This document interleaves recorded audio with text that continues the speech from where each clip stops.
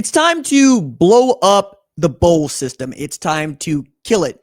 We no longer need it. It is outdated. It is outmoded. And we're getting over and over reasons as to why. And it's really screwing up what ought to be a celebration of our sport. What's up, kinfolk? It's RJ Young. I am not on a step mill. If this is your first time watching Adapt and Respond, thank you for joining us here. We talk college football year round. If you're into that, hit that subscribe button, like this video, and answer the question in the comments below. Do you think we should end the bowl system altogether? If you don't, I would like to hear why. If you do, I would also like to hear why. I'm in the comments. Not everybody gets a wordy response, but you can see that I acknowledge that I've seen your comment, and you can get basically whether or not I agree or not with fist pound. Fine. It's good. Whatever. I'm not really going to pick an issue with that. Up, down, smiley face. You're probably wrong about this.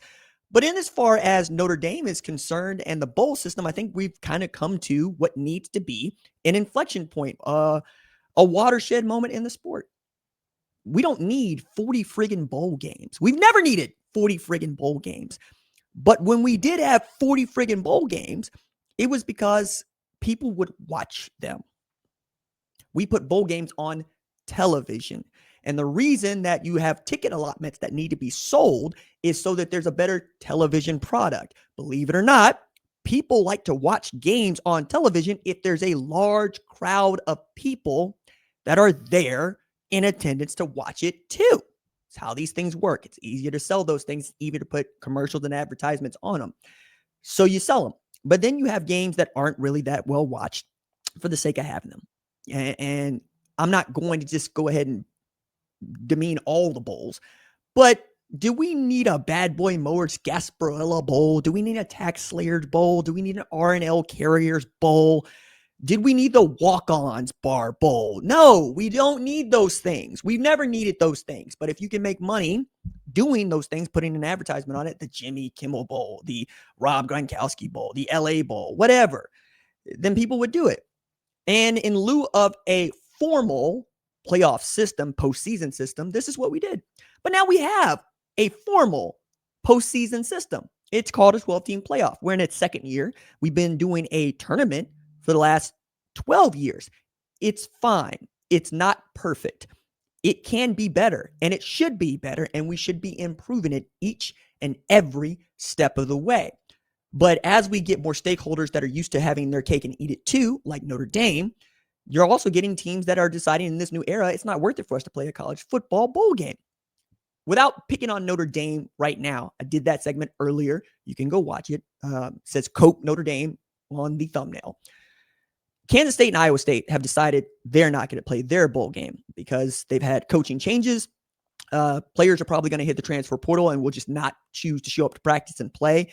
Getting the 15 spring practices really doesn't mean that much at a time when you're going to lose half your roster into the portal. And that's becoming an annual thing because of immediate eligibility and the ability to transfer and name, image, and likeness. So what are you practicing? Who are you practicing with?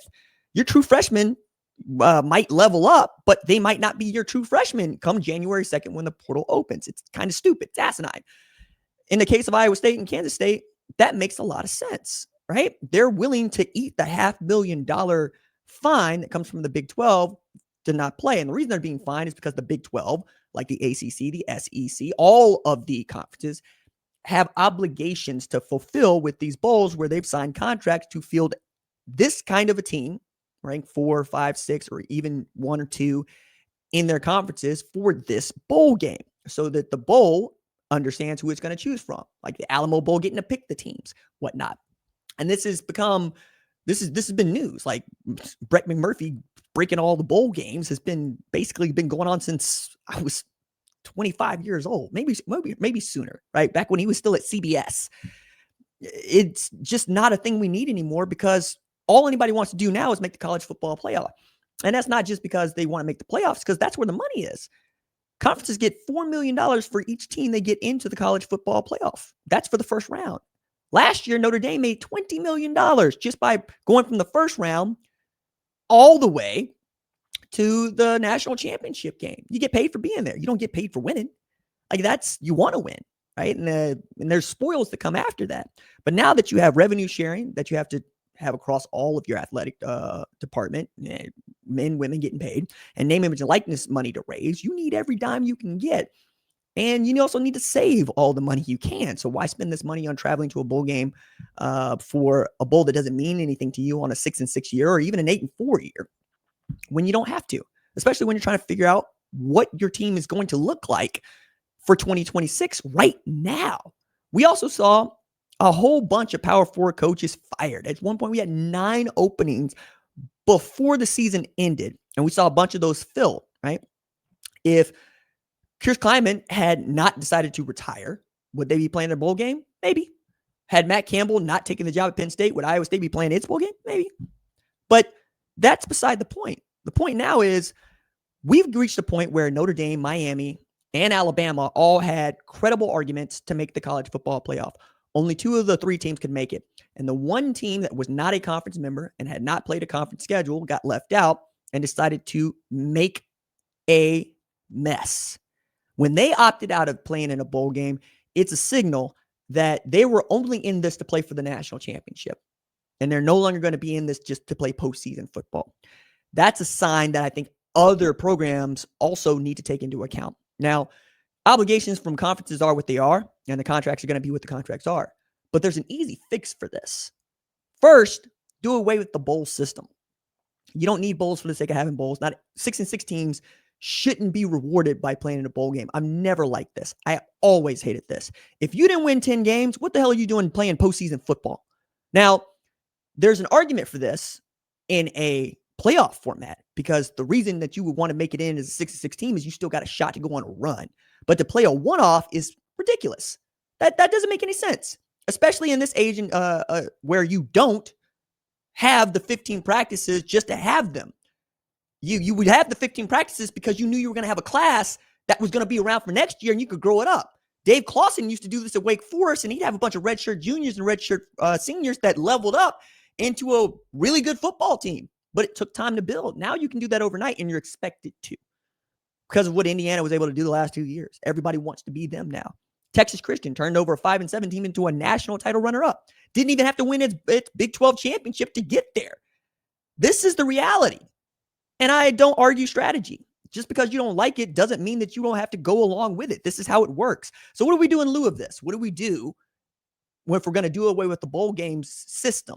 You extend the college football playoff. I realize that there are lots of college football fans that can't stand the NFL. I'm not one of those, right? I like football. I love to watch football. I'll watch high school football. Football's cool. Watching football is great. More games is great. And if you're advocating for fewer games, I'm just going to tell you don't like college football. And you're like, I don't like bad football. Then you don't like football because part of it is bad. Kansas City Chiefs, they're not good, but you watch them. You watch Monday Night Football. Do you think the Texans and the Chiefs are good? Come on now. And if you didn't watch that game, you probably watched some bad Big Ten football, some bad SEC football, some bad Big 12 football, some bad ACC football. And you think that there are teams that aren't good enough to play for the national championship. Newsflash, there are lots of teams that aren't good enough to play for the friggin' Super Bowl. They still make it as wild card teams, and you can have a losing record in that league and still make the playoff. That's going to be really difficult in college football. We got 136 teams. But again, we got a fix for this. It's extending the playoff. The FCS has had a 2014 playoff since 2013. It works. It's good. Every conference champion gets in. The top 8 gets seeded. And then you play your first round matchups. The Pioneer League gets a champion into the FCS. And if you're not unfamiliar with the Pioneer League, it's a non-scholarship league. Nobody expects the Pioneer League champion. Let's pick on Drake for a second because I had a nephew that went there. They don't expect to win the national championship. Nobody expects them to be great. But they get to go and they get the shot to play for the national championship. That gives them an incentive to keep playing football in December or November. It matters. Illinois State upset North Dakota State last week. North Dakota State is one of 2 teams that have won the national championship 10 times in the last 12 years. Sam Houston, James Madison, the only other 2 teams that have broken through. It matters, right? And then on top of all this, I've been working at this thing for over 2 months. It's called the 2014 playoff. And it's not the FCS 2014 playoff. And it's not my 2014 playoff. It's the one that the Big Ten has been populating going, hey, this system sucks. Can we improve it? Not only can we improve it, can we make it even more fair so that we get every team that's supposed to be in? I realize that you're making the point that they're always going to have somebody who gripes and moans and not being selected. Cool, bet. But it wouldn't be Notre Dame. It wouldn't be Alabama. It wouldn't be Vanderbilt unless they sorry, in which case they don't qualify. 6-6 Alabama versus 8-5 ACC champion Duke is not a conversation because the ACC champ would have gotten in. So the way that I have set this up, or I should say I set this up, the way that it's set up that I follow is you take that the 12-team model is outdated and you take the FCS model that doesn't really work for the teams that we have. And it's 24 teams that I've been working with, but they've even been talking about 28, right? Right now, it'd be great to get to 16, but not the 16 in which they want to do it. I think the 16 that would work would be you get your 10 or 9 conference champions in, and then you have your at-large bids, but that's not what they want to do. 24 team, they don't want to do that either. You get 4 automatic qualifiers from the ACC, the Big 10, the Big 12, and the SEC. Those are the top 4 teams according to the standings. So in the case of the ACC, where you got 5 teams that are tied for second place and 1 team in first place, you know that at least the top 4 are getting in, period, right? And then we'll have that conversation about who that at-large team might be. You get your top 2 automatic qualifiers from the group of 6, and that makes up the American, Conference USA, the MAC, Mountain West, Sun Belt, Pac-12.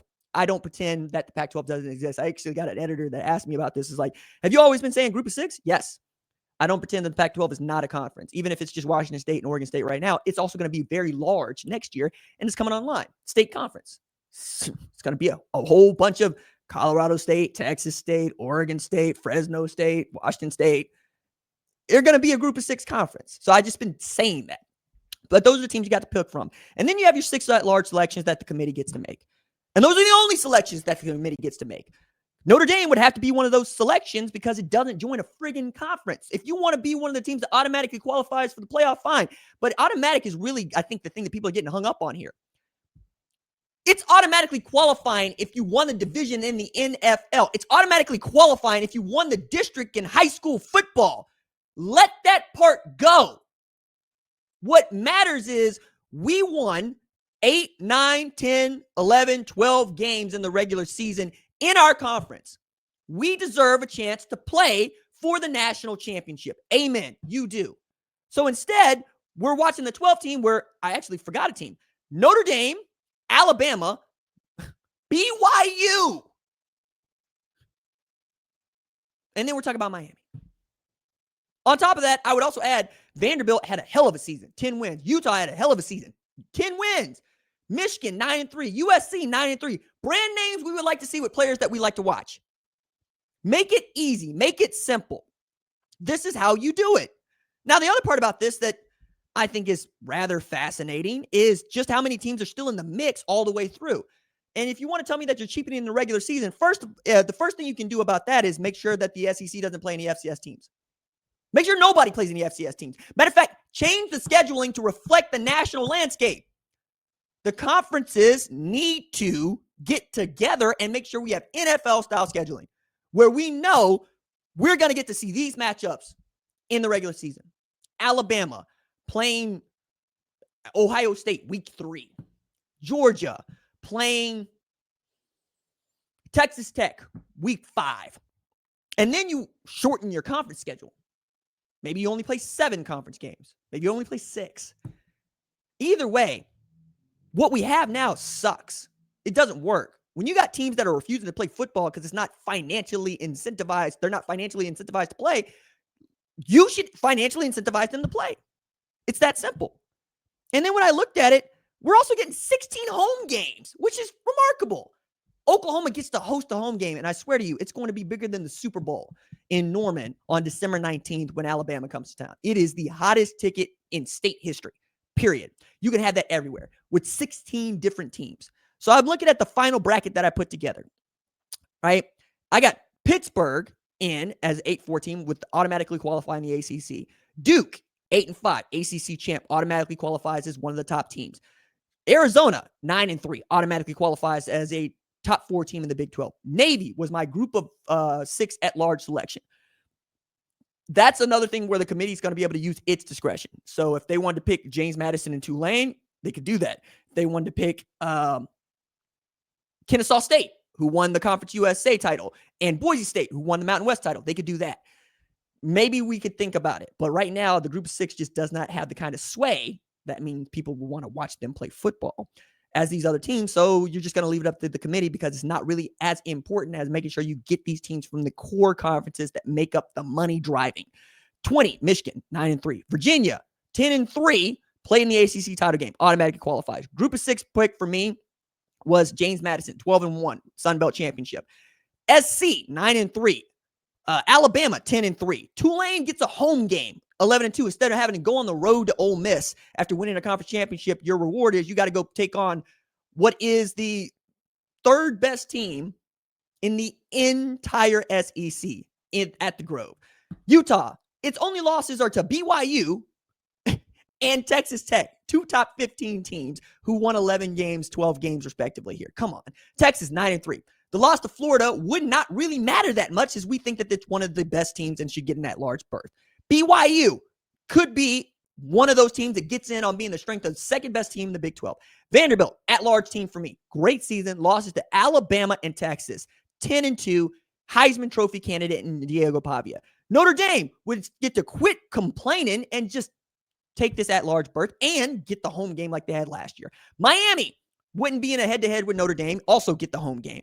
And then we get the first round bye into the second round where you also get the home game. So we're not robbing the top four teams in this playoff system of getting to host a home game, which I think is the coolest part of all of this. It's the reason why I think the top four is kind of broken. I know the bye is important, but I would much rather get the home game than take the bye because that means more to my fans. It means more to my players. To play at home in the college football playoff, come on. 7, A&M. 6, Ole Miss. 5, Oregon. 4, Texas Tech. 3, Georgia. 2, Ohio State. 1, Indiana. It's fixed. But do they have the bravery it takes to just put this thing in motion so we can stop complaining about what is already done? The bowl system, cooked. Get it out of here.